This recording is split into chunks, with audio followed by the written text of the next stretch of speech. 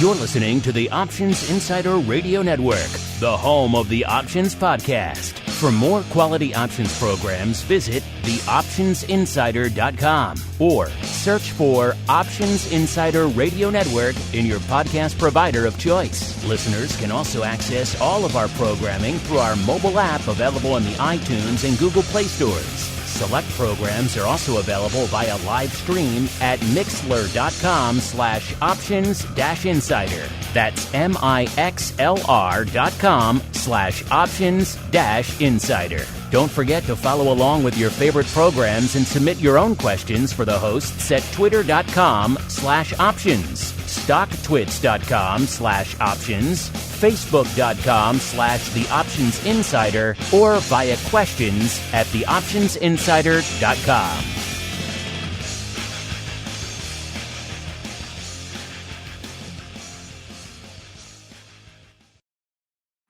Welcome to Volatility Views, the premier program for volatility traders. Each week, we'll take a deep dive into the world of volatility with in-depth analysis, trading activity reviews, strategy breakdowns, cutting-edge education, and much more. We'll also bring you exclusive conversations with the traders, researchers, and asset managers who are reshaping the volatility landscape. If it involves volatility, then you'll find it on Volatility Views. Volatility Views is brought to you by MIAX, one of the fastest, most efficient trading platforms in the world. MIAX is proud to bring you Spikes Volatility products. Spikes options and futures are traded on the Spikes Volatility Index, SPIKE, offering pinpoint accuracy, radically faster dissemination, and a highly transparent settlement auction, all for ultra-low exchange fees. It's volatility reimagined. Learn more about Spikes at miaxoptions.com/spikes. Options and futures involve risk and are not suitable for all investors. The statements made are provided for informational purposes only and should not be relied on for financial or legal advice. Volatility Views is also brought to you by Matrix Executions, LLC, an agency broker-dealer focused on best execution and trading workflow automation. A technology-driven firm, Matrix is led by trading pioneers with decades of experience designing and building best-in-class solutions for options markets. Matrix connects to all domestic exchange venues and multiple international exchanges and serves both institutional and individual clients. For more information on Matrix Executions, LLC, please visit matrixexecutions.com. And now, it's time to take a deep dive into the world of volatility. It's time for Volatility Views.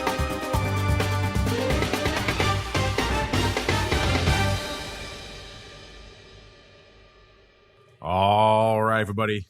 That music can mean only one thing. It is Friday. It is noon Central, 1 p.m. Eastern. It is time once again for Volatility Views, the premier program for volatility traders. My name is Mark Longo from theoptionsinsider.com, as well as, of course, from the ever-exciting, at least we think so, Options Insider Radio Network. This is our final program here for our broadcast week. But if you just tune in to Vol Views, man, you're missing out on a whole heck of a lot. So make sure wherever you're getting this show, first, you upgrade to the full network. And then B, if you like what you hear, keep rating and reviewing. It really does help a legion of new people discover all the different content that we do throughout the week here on the network. Of course, keep those questions and comments coming too. We do love to hear from all of you folks out there. Let's see who we're hearing from on the old program today. First, let's go back down deep into the heart of Texas. We were joined once again by the greasiest of meatballs, Mr. Mark Sebastian from OptionPit.com, by way of a Robinhood trader near you. Mr. Meatball, A, welcome back to the program, and B, I know you're down there in the Texas lands now, so maybe, I don't know, maybe you're a Cowboys fan now or something, but how excited are you the Bears maybe finally have a quarterback, sir? Dude, I was like ecstatic when I saw who they drafted. I'm a big fan of Justin Fields. I like the way he plays. I was really nervous they were going to get Mac Jones, but I think that everyone ended up was. being your Patriots. Your Patriots pick up Mac Jones. So how do you feel about the next Tom Brady, I'm told? Yeah, we haven't heard that one before, the next Tom Brady. But yeah, that's the only guy I wanted the Bears to draft was Fields. And turns out they traded up and got him. So surprising, stunning They actually maybe made it perhaps a deft draft move. Surprising. But hey, this is not Bears talk. That'll be another show on the network. Instead, let's move on out now to the MIAX hot seat. We are joined by a newcomer to the program. He is Matt McFarland. He's in charge of all the business development for the MIAX futures and derivatives products. Matt, welcome to the Volatility Views program, sir. Thank you, Mark. Pleasure to be here. I've listened to the show from time to time, so it's an honor to be a guest on the show. Well, if you've been listening to the show, you know how we kick things off. You're a first-timer here, so why don't you go ahead, give our audience a bit of an overview of your background in the derivative space, as well as what it is you're doing day-to-day over there at MIAX. Yeah, absolutely. So I just joined MIAX this month. So at the beginning of this month, I started here working mainly on our futures products, which, focusing on our Spikes futures right now. That we do have other futures products in the pipeline that we'll be coming out with. Prior to joining MIAX, I spent 13 years at SIBO Global Markets in various different roles within SIBO. Never heard of it. What is that? It's a little exchange holding company out of Chicago that may have had a little bit of something to do with the creation of the listed options markets, as well as the creation of volatility as an asset class in and of itself. So they've accomplished a few things in their time. I ran their futures business for a while. I was over in London for a while, promoting their proprietary products in the UK and the continent. And I also worked in various business development roles for the exchange, covering market makers, hedge funds, insurance companies, retail. So really like this derivatives business, and wouldn't be in it for so long if I didn't like it so much. But prior to being in the exchange space, I worked for J.P. Morgan and legacy banks of J.P. Morgan in equity derivative sales. So really excited to be here with you guys this afternoon. I think you're joining a pretty interesting team over there at MIAX. They have a lot of interesting irons in the fire. It's like every other week there's a new announcement in a different asset class over there these days. So they're certainly going to keep you busy, as will we, as we continue on with our show right on into the Volatility Review.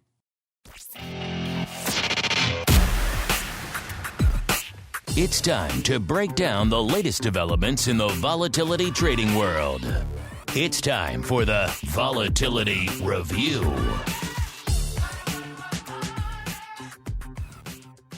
All right, everybody, welcome to the Vol Review, the portion of the show where we break down what the heck is trading out there, what's lighting up our screens throughout the week, as well as what's popping off today. We'll start in the latter category because it seems like this thing's picking up a little bit of a head of steam out here. Earlier in the session, we had most of the vol products kind of languishing. They weren't really doing a heck of a lot, up a little bit now. But as the sell-off seems to be maybe getting a little bit more teeth, we got the S&P and the Dow both off. Actually, on the NASDAQ, all around a similar percent, all around nearly 0.5%, a little bit more, a little bit less out there. Vol products, though, starting to kick it into higher gear. Come into showtime now. We had Spikes and VIX languishing around the 17 handle not too long ago. Now they're up to around a 19. Spikes was at about a 19 exactly when we kicked off the show, up about 2.5 points. VIX was at an 1860, also up 2.5 points. So this kind of continuing this cycle, they do seem to like to pop the vol products on a moment's notice out there these days. Oh, what's that? A whiff of a sell-off? Bam, here we go. A couple of points here or there. So that's definitely seemed to be par for the course. Whether or not it can maintain that lift, that's the question everyone has right now. VVIX coming into showtime at about a 107. That's actually down a bit from our last show, down about 3 points out there. So that's the lay of the volatility landscape. Matt, we'll start with you, sir, because you are the newcomer to the show out here. Obviously, a lot's been going on. I'm sure you're pretty busy with your nose to the grindstone over there across the broad suite of products over there at MIAX. But did anything out there catch your eye from a volatility trading or trending or unusual activity perspective this week, sir? Yeah, as I've been looking at the Spikes index, it's been ranging really between 17 and 19 this week. And as you said, we're at the upper end of that range. So, as the S&P 500 is continuing to make new highs, there's been relatively quiet in the vol space with the exception of perhaps today and yesterday, where it is creeping at a bit higher, without too much of a major sell-off. So that could be the market may be signaling something to us with that spikes creeping a little bit higher here. Certainly does seem to be signaling something. Easy for me to say. We'll see if we can parse it out over the course of this show. Mr. Meatball, same question for you, sir. What are you keeping an eye on as this sell-off seems to intensify a little bit, at least when it comes to the vol products gaining some steam, sir? Yeah, what I would say is it looks like the vol has stopped dropping. And, you do have some people. If I hear sell in May and go away one more time, I may rip off my ears and throw them at the person. Oh, you mean the title of this episode, Sell in May and Go Away? Should I not use that? Yeah, no. But you definitely have some positioning going on. We're seeing some put buying, some profit taking. I think that you've got kind of some end of month window dressing that's taking the S&P down, but valuations are so high. And, these tech companies have all announced earnings and they were great, but they just weren't great enough because they were already pricing in great. And so, yeah, you see the S&P down, you see the NASDAQ down, the Russell 2000 is down, and the VIX is higher and is, like I said, has kind of stopped dropping, which should be raising an eyebrow to traders. Definitely is in that stopped dropping, at least for the time being out there. Well, again, we'll see these spikes, pun intended, can be short-lived. I was discussing this with someone earlier this week who was talking about wanting to invest in VIX calls, and I was explaining to them, the very short-lived lifespan of some of this upside sometimes, and that seemed to maybe dissuade him from diving back in. Let's see if we can dissuade you or perhaps persuade you to dive into the vol space today. Let's kick it off out there in the realm of the futures, VIX futures curve. The front portion is obviously looking a little bit different. That front portion is changing up. The latter portion still has that kind of plateau shape. It seems like it's plateauing around 24.5. That seems to be the apex around the October contract out there right now. Front portion of the curve, though, getting a little bit, shall we say, juicier out there as that cash is kind of swinging around wildly. Front portion ticking up a little bit. We're seeing the May future right now coming into showtime and still right about now as about a 1 point premium to the cash. That's about 2 points lower than last show. Of course, a lot of that being the cash just getting frothy out there. Same deal with June. It's about 3 points over the cash right now, which again is about 2 points lower. So the cash swinging around wildly and causing a little bit of inflection there at the front portion of the curve. Mr. Meatball, anything catching your eye out there from a VIX futures perspective this week, sir? Yes. The curve has definitely seen some shifting. We saw the front end of the curve actually steepen a little bit relative to the back end. So what we really saw was a lift in July, a lift in August, and a lift in, kind of the whole back end of the curve. And then the front end of the curve, relative to those back ends, not move as much. So we've seen that front end of the curve steepen.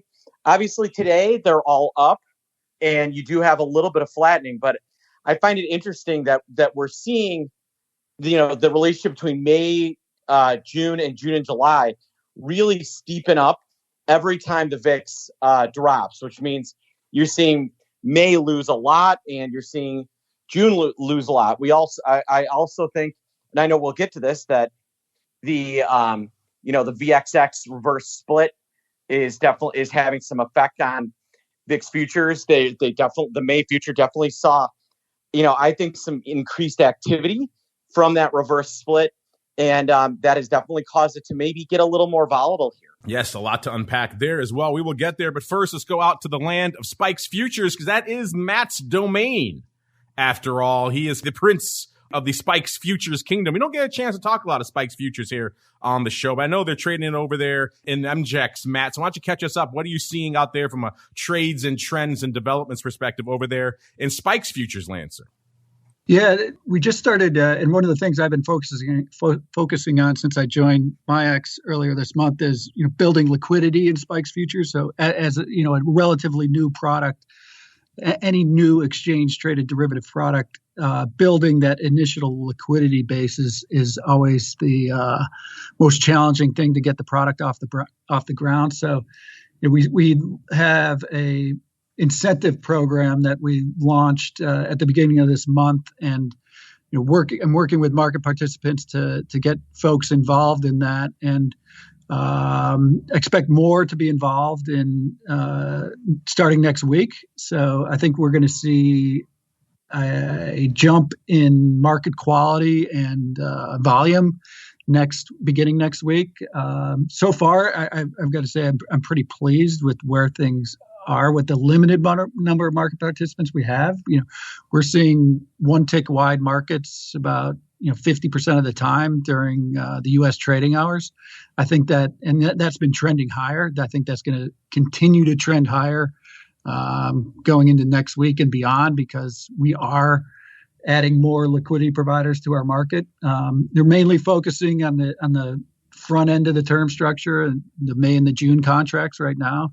That's generally where most of the interest is anyway. So pretty encouraged on our liquidity profile as it is right now and where we're going.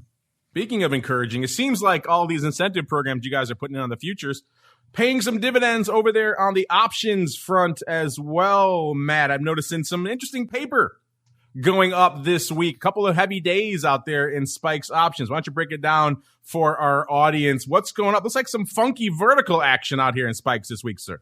Yeah, we had a couple decent-sized trades, one on Monday and one today, very similar trades. Customer was a seller of a 23.28 call spread against buying 21 put in Spikes in May, along with selling June 50 call. They sold the June 50 call on Monday. Today, they did the same thing, except instead of selling the June 50 call, they sold the May 40 call. So from the customer's perspective, selling the 23.28 call spread, buying the May 21 put, this is essentially a bearish view on Spikes or a bullish view on this on the market.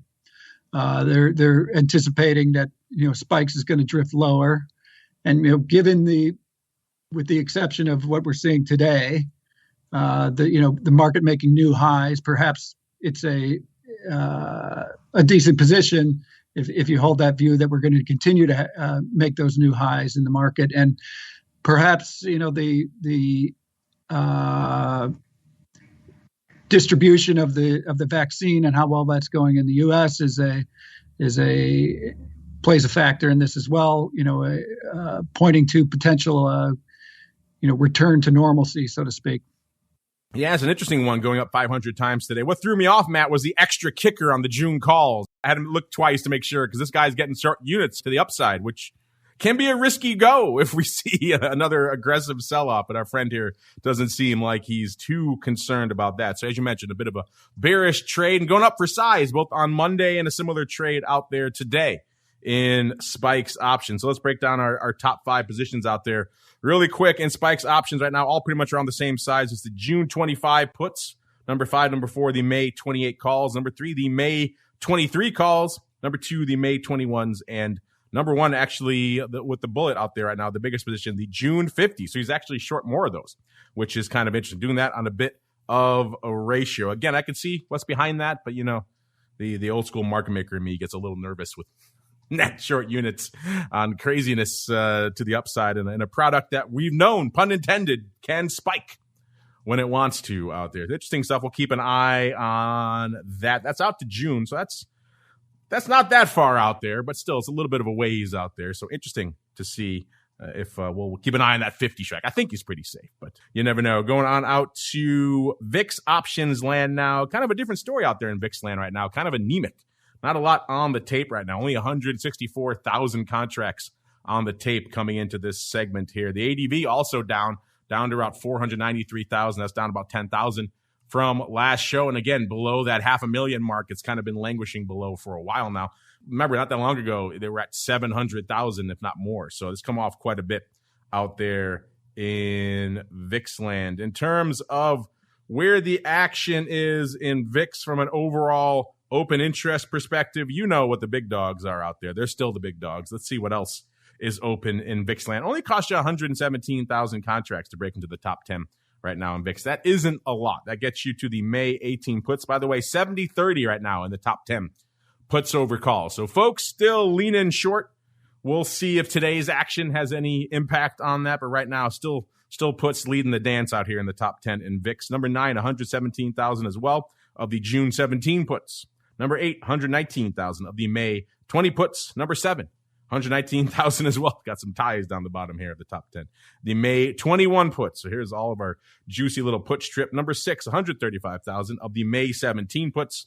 Number 5, 158,000 of the May 16 puts. Number 4, $1.60 of the June 15 puts. Then our top 3 listeners, all calls. So read into that what you will here. 162,000 for number 3 of the May 60s. And then number 2 and number 1, still that vertical that went up a couple of weeks ago for size. It's that July 25-40. The 40s have about 250,000 contracts open. The 25s have 261,000. So the most sizable positions are in the calls, but there's only 3 of them out of the 10 here. And you have to go all the way up to number 2 to even pass 200,000 in open interest. So interesting time, still a little light out there in VIX land. Total OI about 7.7 million, about 4.6 million open on the calls, and about 3.1 million on the puts. So calls net OI are still outdistancing puts again, which is starting to get to a more normal structure for VIX like we used to see in the past. For a while there, again, it was equidistant, if not puts leading the dance out there, which is a little bit strange for VIX. Like we said, today, not a lot on the tape, only 164,000 contracts so far. The most active contracts today, we have the May 23 puts, 15, almost 16,000 of those going up, followed by the May 42 halves of about 14,000. Number 3 are the May 19 calls, 11,000 contracts. Number 4, also around 11,000 of the May 21s, and round out the top 5 here, 8,500 of the May 20 puts. Yesterday, a little bit more paper on the tape, 426,000 contracts, the most active contract yesterday. The June 17 puts, 23, almost 24,000, followed by the May 47 halves, 19,000 of those. Number 3, the May 65s, back up to those funky strikes, listeners, 16,000 of those. Number 4, 16,000 as well of the May 23s, and rounding out the top 5 on Thursday, 16,000 of the June 20 puts. Getting out to Wednesday, another light day, only 361,000 contracts on the tape, even though we saw some decent prints. The most active contract was the June 16 put, going up nearly 40,000 times, followed by the June 15 puts for about 39,000. Number 3 was the June 17 puts, 22,000. Number 4, July 15 puts, 16,000. And rounding out the top 5 there on Wednesday, the May 32 halves with about 16,000 there as well. Tuesday, again, another kind of light day, 431,000 contracts, a light week overall in VIX land, listeners. The most active contract, 30,000 of the June 45s, followed by 26,000 of the May 65. So again, back to those interesting strikes. Number 3 here, 21,000 of the May 30s. Number 4, 20,000 almost exactly of the June 18 puts. And round out the top 5 here, 19,000 of the June 65 calls. And kicking off the week, a very anemic day, 282,000 contracts trading.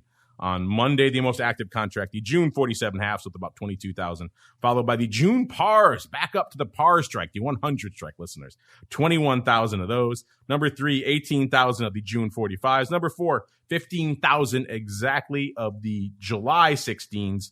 And rounding out the top 5 on a pretty anemic day here, listeners, the May 35s with 12,500. Mr. Meatball, I know you love those June pars. In fact, I'd be surprised if you didn't piggyback on those. But outside of that, anything else catching your eye this week in VIX options land, sir? Yeah, you know what surprised me was, we had kind of an update for VIX on Wednesday, and yet all the volume was driven by put buyers.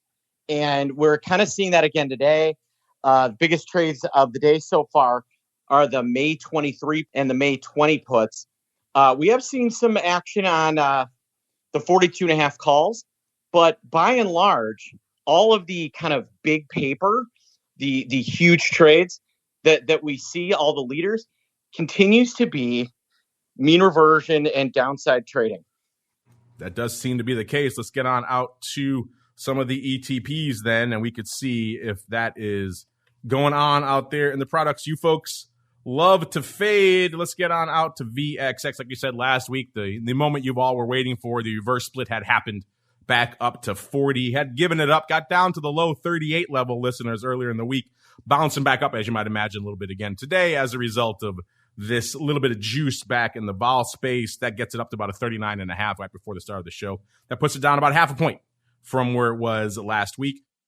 Still kind of light volume out there. I think some of that may be being reflected in the fact that A, it's a pricier underlying now, but also B, I think maybe still some symbology issues. We were talking earlier about having trouble finding the weeklies out there for some people in VXX. So still some issues to be worked out as a result of the reverse split. The ADV also reflecting that. It's down to about 230,000 contracts. That's down about 64,000 contracts from last week. So the ADV still taking a hit out there in VXX. Let's break down the top positions out here. These looks like these are not split adjusted yet, really, in terms of size here, because we're still going back to the old strikes that everyone was fixated on, listeners out here. Let's see. Let's do a top 5 out here in good old VXX. Number 5, 33,000 of the SEP 10s. Remember, these are probably going to be adjusted 4 for 1 here out here once these numbers are all updated. Followed by 34,000 of the May 11s.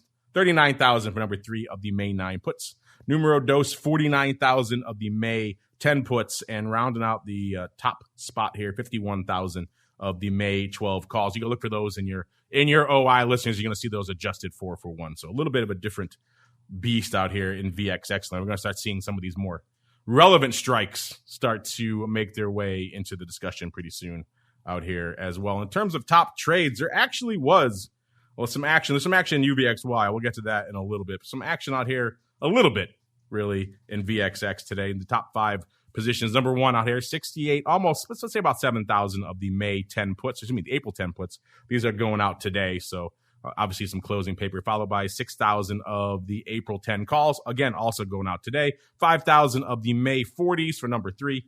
4,800 of the April 9 calls, again going out today for number 4, and round out the top 5 in VXX. The April 10 half puts going out today, about 4,000 of those.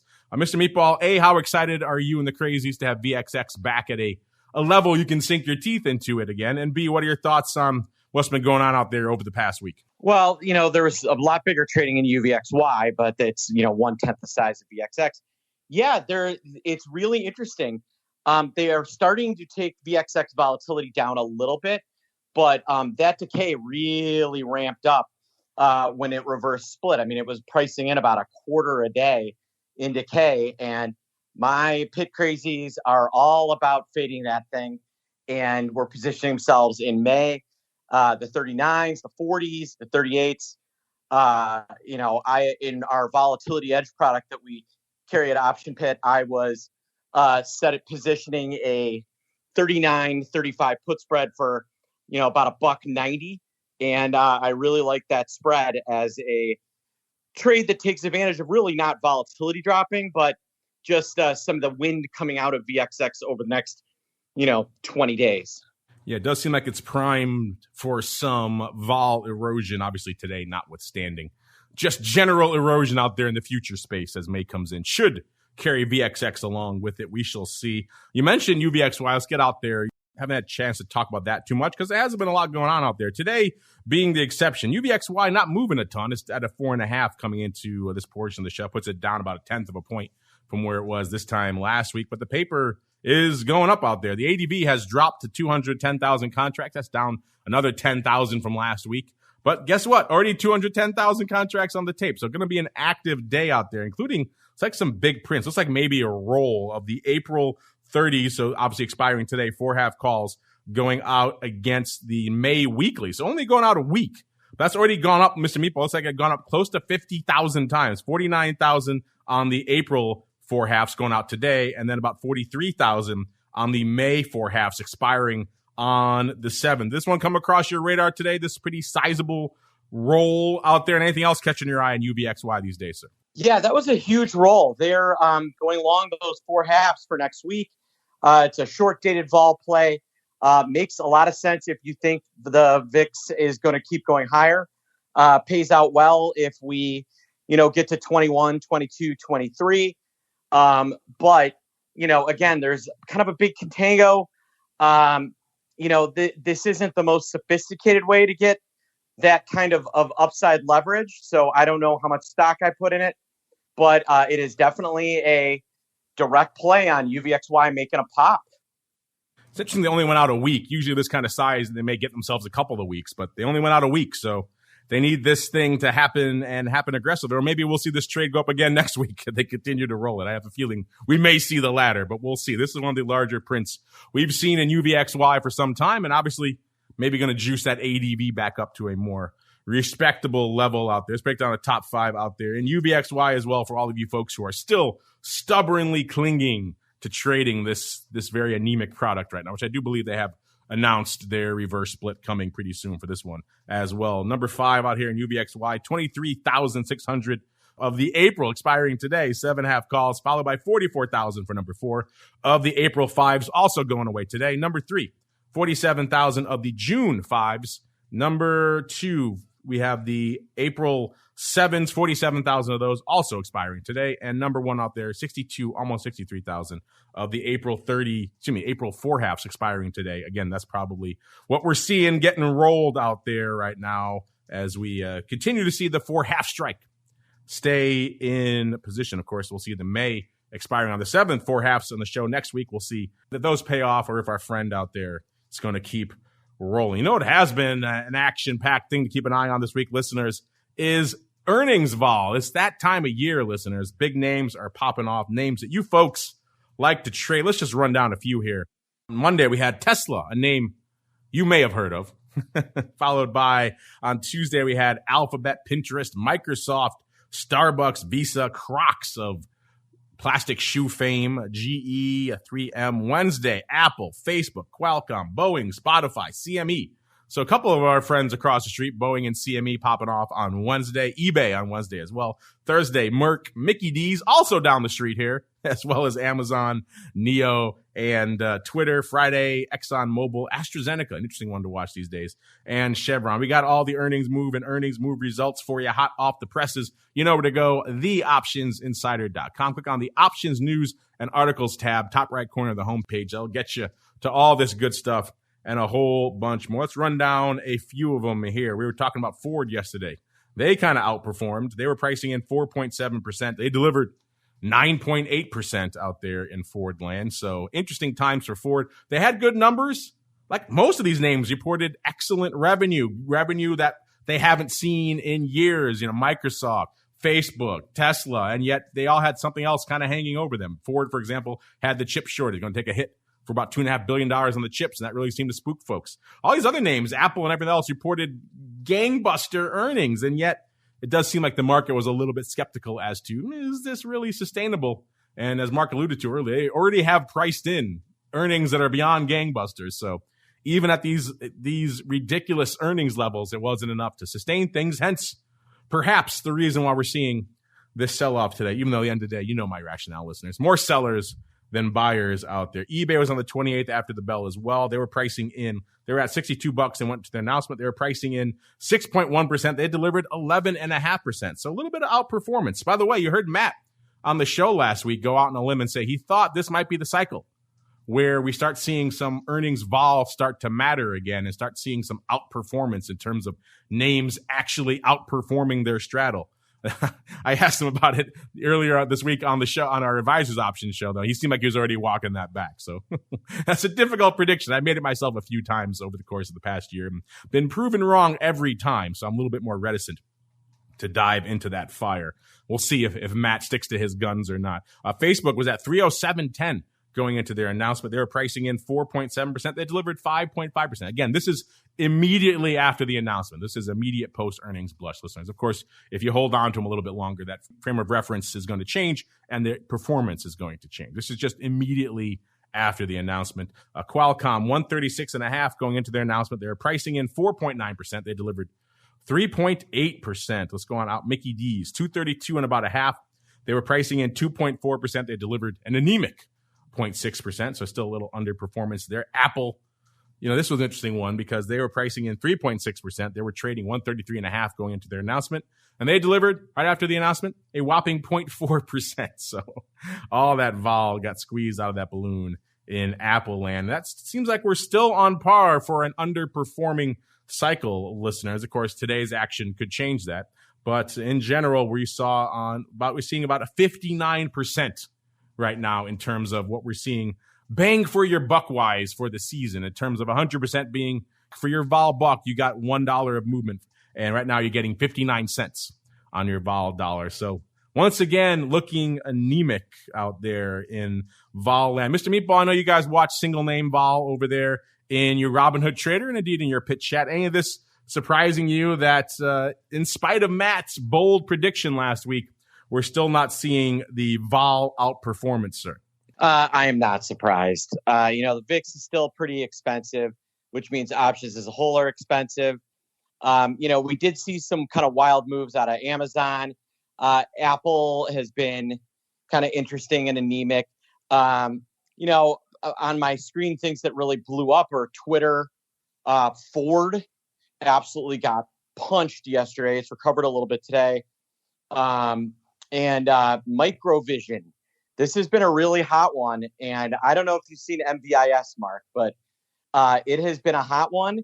And they took that thing out to the woodshed for earnings yesterday. So it'll be interesting to see whether this kind of mini meme, because the rumors are it might get acquired by Apple, is going to get some recovery here or not.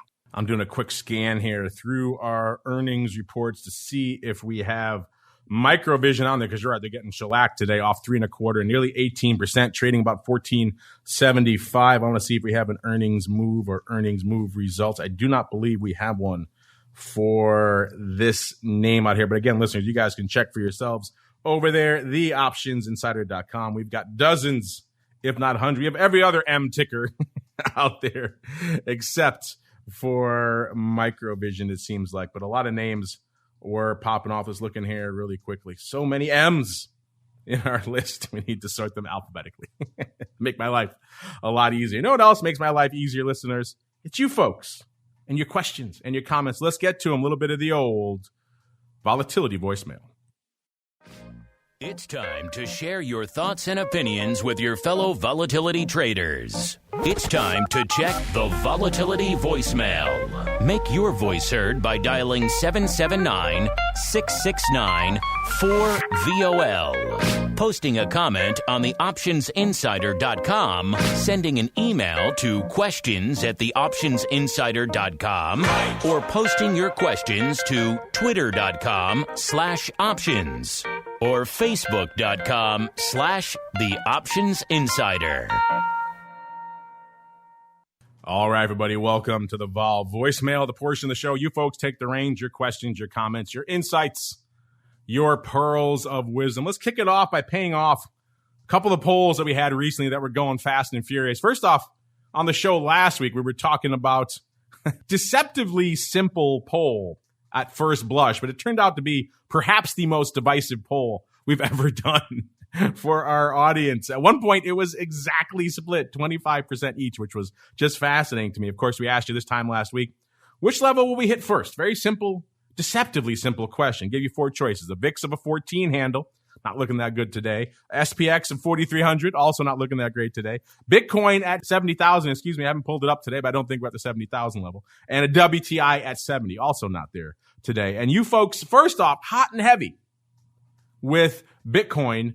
And then it seems like as the week progressed, all of a sudden these other products started to come top of mind. And it ended up, after being evenly split for a little while, it ended up with VIX at a 14, just barely, just slightly edging it out with 26.3%, following by the S at 4,300 at 25.3%. And then a tie for number 3 there between Bitcoin at 70,000 and WTI at 70. So you folks all over the place, which is fascinating to me. And that's what makes a market, right? That's what you guys have all different opinions out there. But that to me was fascinating that it ended up being so close in all these disparate products out there. Also, we know what wasn't close, but unfortunately wasn't correct. Of course, this week we had Tesla earnings, so we dove back into that fun guess the largest options position. You guys love that one, especially when it comes to Tesla. I thought by now we've done it enough times you folks would kind of get the theme of what usually is dominating the tape in Tesla, but you folks love the bullish stuff. We asked you which of these positions in Tesla is the largest. We gave you 4 choices: the June pars, aka the 1000s, the March 2023 900 calls, the June 2022 1 puts, $1 puts, and the Jan 2023 120 puts, so $120 puts out there. And you folks, once again, piled into the June pars, nearly 60%, followed by number 2, the March 2023 900 with 18.7%. The Jan 2023 120 puts at 13.5%, and bringing up the rear with a paltry 9%. The June 2022 1 puts. I ask you all out there, have you not heard our catastrophe put reports on Tesla before? Because you know what always dominates the tape in Tesla. It's some garbage put, and that's exactly what it was out here. It was well over 100,000 of the June 2022 $1 puts are at the top of the list. All these are real positions, by the way, out there in Tesla, and they're all open for size, but the June puts are more than 2x the next largest position out there. So unfortunately, only 9% of you saw through the hype, the noise around Tesla to pick the right answer, which was the June 2022 one. But you know, we put it out there like that for a reason. We know a lot of you are going to bite if we put something like the June pars out there, and that's exactly what happened. So congrats to the 9% of you who saw through the hype. Mr. Matt, I'm curious for you, going back to our earlier poll there, just how I was surprised at how just split our audience was at lower vol or higher market levels or Bitcoin or at WTI. You've been around the space for a long time. You've been in the vol futures space for a long time. Are you as surprised as I was, Matt, that our audience was pretty much equally split amongst all these 4 products, sir?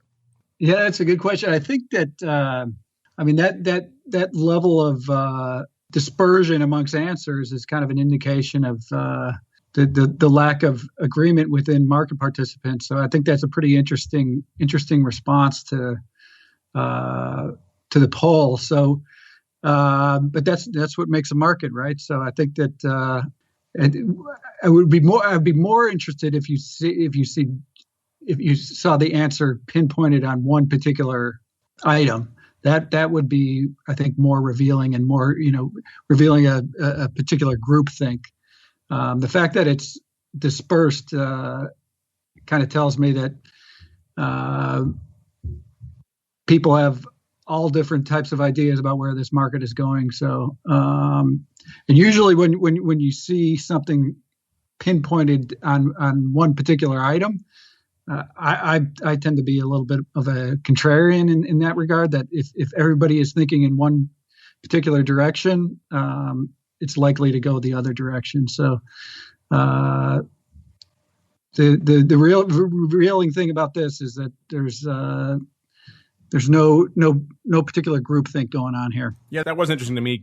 Right, it makes a market at the end of the day. Everyone pulling at different strings all at the same time. It kind of makes things fascinating. You know what isn't fascinating is this comment from our chat here for you, Mr. Meatball, from Mr. Unlimited. He says, congrats on that Fields pick, Meatball, but he should have been a Lion. Okay, first off, he gets no congratulations. He's like a freaking Cowboys fan now or something. Who knows what the hell he is down there deep in the hearts of Texas. So A, he gets no congratulations on any of these picks. And B, living here in the heart of Chicago, I may be a transplant. I grew up a Pats fan, but I've renounced them for years, and I've slowly been acclimated into the world of the Bears, as mediocre as they have been. I am raising a Bears fan, so he's dragging me kicking and screaming into the world of Bears. And the one guy I wanted them to draft was this Fields guy. So I will take the congratulations. Mr. Meatball, I don't know what the Cowboys did, but congratulations on all that, sir. Yeah, no, the Cowboys. Or are you more of a Texans guy now? Are you a Texans guy? I have DirecTV, and my wife is like, DirecTV is the worst. Why do we have this? And I'm like, it's the only way we can see Bears games. And she's like, all right, well, I guess we'll keep crappy DirecTV.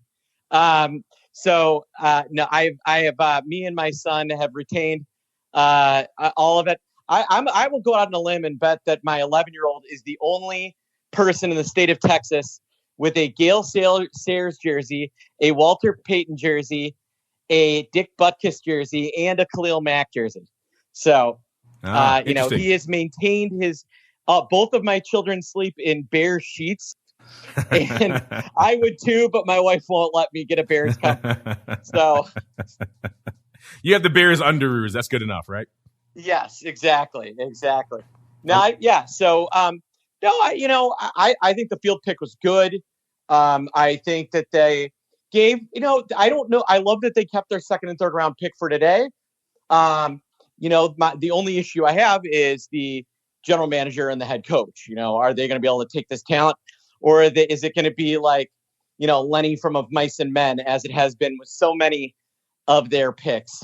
Yeah, that's the one downside of this pick. It's a good pick, which unfortunately may actually prolong them into getting more years under contract. Otherwise, they would have been out at the end of this year. But again, this is not Football Weekly. We could probably have that on a later after-hours show if we want. Let's go on out to this, Matt. This is right up your alley. It's a comment from Nichols with a Z.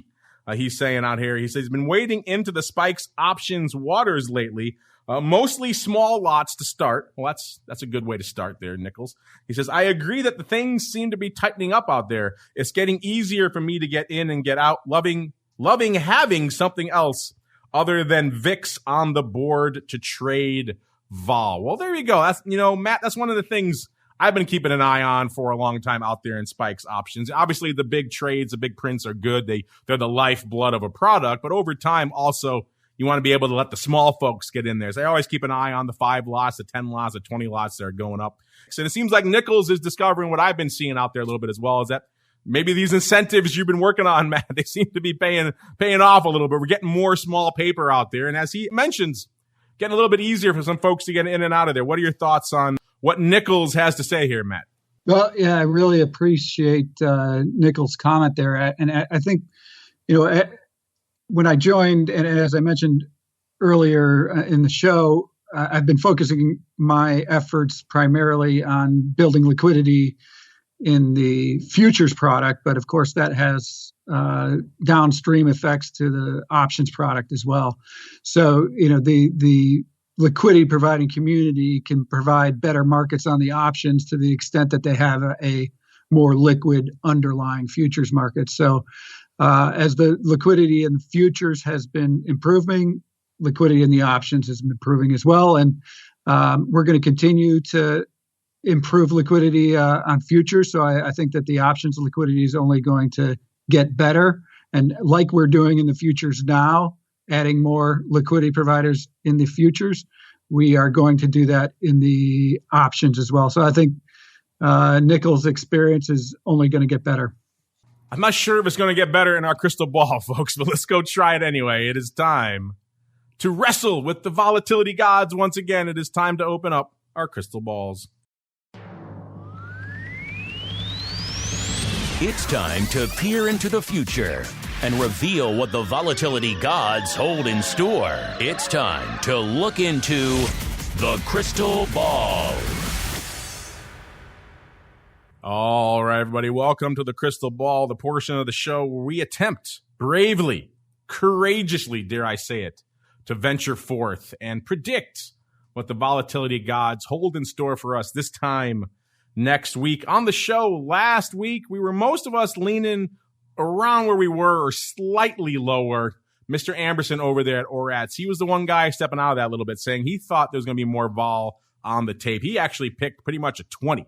1999. And we all kind of scratched our chins at that and said, it was intriguing, but I went a little bit lower. So did the Rock Lobster. He went lower than me. I was at a 1685. Mr. Rock Lobster came in below me at a 16 and a half. And it was looking good one of those again until it wasn't. And Matt was actually looking pretty good. He was looking better actually earlier today, actually, in Spikes. He got up to that level, pretty close to it, like about 1890 or so. So it's there again, 1891, and just ticked up again to 1890. It got up as high as 1892 today and just ticked up back to 1891. So he's close to within a point in Spikes. Out there in VIX Cash, a little bit of a different story, kind of languishing a little bit about 1835 or so. So a little bit lower there. But both the Rock Lobster and I are both multiple handles away. So no winner this week, even though Matt was technically the closest out there. So I know, Matt, in your first show, I won't make you dive in to wrestle the vol gods. That's a tall order for anyone on their first show. So instead, Mr. Sebastian, you haven't been on in a little bit. I didn't win last week, so I will be charitable. I will allow you to pick whether you want to go first or last for next week. I'll go last. and you can go first. How did I know you were going to throw me under the bus? All right. I'll bravely venture forth, see what the vol gods hold in store for us. At about 1835 in VIX and about an 1890 or so in spikes out there right now. So feeling a little bit juicier this week. This has kind of been we've seen this record play out a few times now in the past. See the erosion. Oh, bam, there's a spike, pun intended. Then see the erosion. Oh, bam, there's a spike. The question is, when does the spike come? How close is it to our show? If it's earlier in the week, we'll be pretty good towards the end of the week if you're wagering lower. If it's closer to showtime, makes it Matt's upside picks look a little bit better out there. So that's the question we're wrestling with right now. I'm going to say we're going to be lower this time next week. Not a ton, but lower. I'm going to say we're going to be this time next week. I'm going to say 1755. All right, Mr. Meatball, the door is wide open for you, sir, to drive a truck through. Where do you want to go? 20. 20 even. Yeah, I had a feeling. We're going higher. I had a feeling you might be guessing a little bit more on the upside. What is it? I know, it's so opposite of me. I know. That's strange. What is it about you that's signaling higher for you? The vol futures are seeing in both spikes and VIX seem really peppy today. And, they're not using the options to hedge, but they are stepping in vol futures. They're using VXX. They're clearly using UVXY. So, I'm wondering whether there's a little bit of follow through here. It wouldn't surprise me. That's the one thing that gave me some pause is just the lack of reticence out there to pop vol on a moment's notice out there. So that is certainly the wild card right now as we wind down the show. All right. Unfortunately, listeners, that music means we've come to the end of our foray here through the world of volatility. What are you folks feeling out there from a vol perspective? Higher or lower? It's very much coin flip for this time next week. Hit us up. Let us know what you think. And Matt, you did an able job holding down the MIAX hot seat for the first time. But before we go, folks know where they can go to find spikes. But in addition to that, you're working on some other cool stuff over there in the futures realm. Why don't you give our audience a little bit of a tease of what's coming down the pike from MIAX, sir? Yeah, thanks, Mark. And yeah, it was a pleasure to be on your show the first time. MIAX announced recently that we are going to list corporate tax rate futures on May 24th. This is a new product that will allow market participants to hedge their exposure to changes in corporate tax rates. The product will settle to 1 minus the highest marginal corporate tax rate. And, this is a show about volatility, and historically U.S. corporate tax rates have been quite volatile. So it's a real risk that people are exposed to. And so we're excited about the product coming out. Essentially, I think about it like a Fed funds future where essentially the market is communicating what the expectations are of where corporate tax rates are going. So that's what our term structure will be communicating out to the market. So excited. We partner with Susquehanna on this. They will be our liquidity provider, and excited to launch it on May 24th. A very timely product indeed, sir. Corporate tax rates very much in the headlines again. So that'll be an interesting one to keep an eye on. We'll keep an eye on all that when that launches. Yeah, you said coming up pretty soon, May 24th. And you already know where to go to find out more about spikes and everything else in that neck of the woods. MIAXoptions.com/spikes is the place to go for all your information. You want the back data. You want the historical data for spikes. You want the current data, where it's trading right now. You want press releases. You want perhaps a link to a cool volatility show called Volatility Views. I ask you, what more could you possibly want from a vol-oriented destination? It's MIAXoptions.com/spikes. And you know where to go to learn more about execution services and trading technology. There's only one place to go, matrixexecutions.com, MATRIX executions.com, the place to go. Also give them a follow on the old Twitters at MatrixEXTech to learn more about all their updates there in between episodes of Volatility Views. And last but not least, Mr. Meatball, if folks are intrigued, they want to check out the Pit Chat or the Robinhood Trade or anything else you guys have cooking, where should they go? What should they do? Yeah, go to optionpit.com. I put out content on VIX, spikes, and volatility every day, as well as other long-form commentary. We have writing several blogs every day. And, I'd like to actually take this moment to make a big announcement.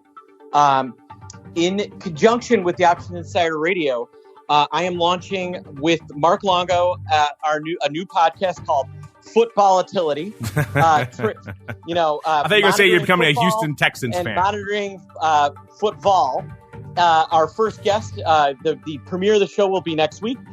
First guest will be one Mike Tusaw, ex-NFLer and current financial manager, and we're going to bring on the best ex-football players that are in the financial space, as well as discussions with live football players, current football NFLers who have questions about their financial future. That's right, Foot-Volatility with Mark and Mark. Stay tuned, folks. I would listen to that. I actually would too.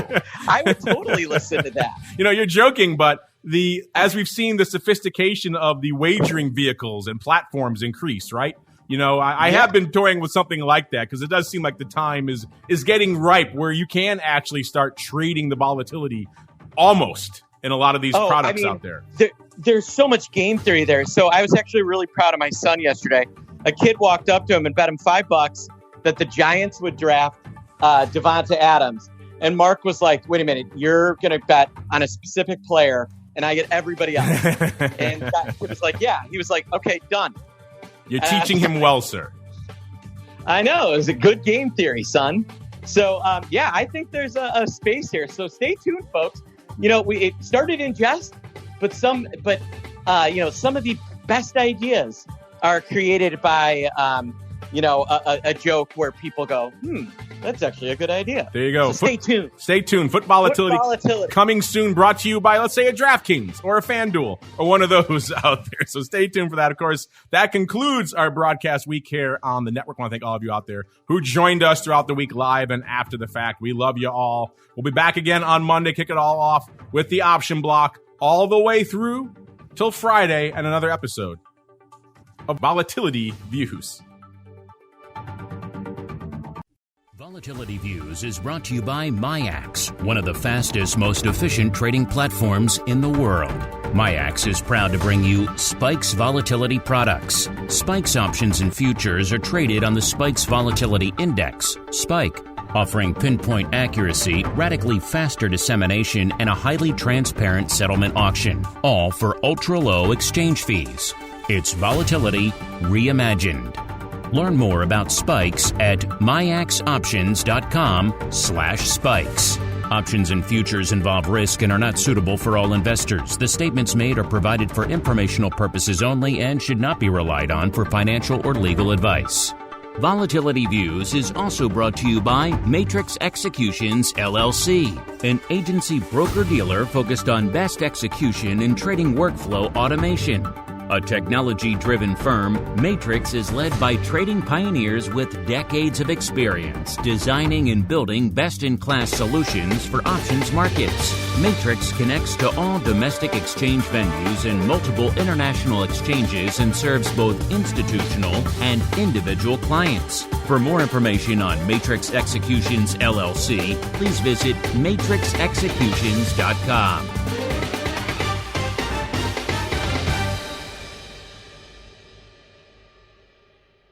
You're listening to the Options Insider Radio Network, the home of the Options Podcast. For more quality options programs, visit theoptionsinsider.com or search for Options Insider Radio Network in your podcast provider of choice. Listeners can also access all of our programming through our mobile app available in the iTunes and Google Play stores. Select programs are also available via live stream at mixlr.com/options-insider. That's mixlr.com/options-insider. Don't forget to follow along with your favorite programs and submit your own questions for the hosts at twitter.com/options, stocktwits.com/options, facebook.com/theoptionsinsider, or via questions at theoptionsinsider.com.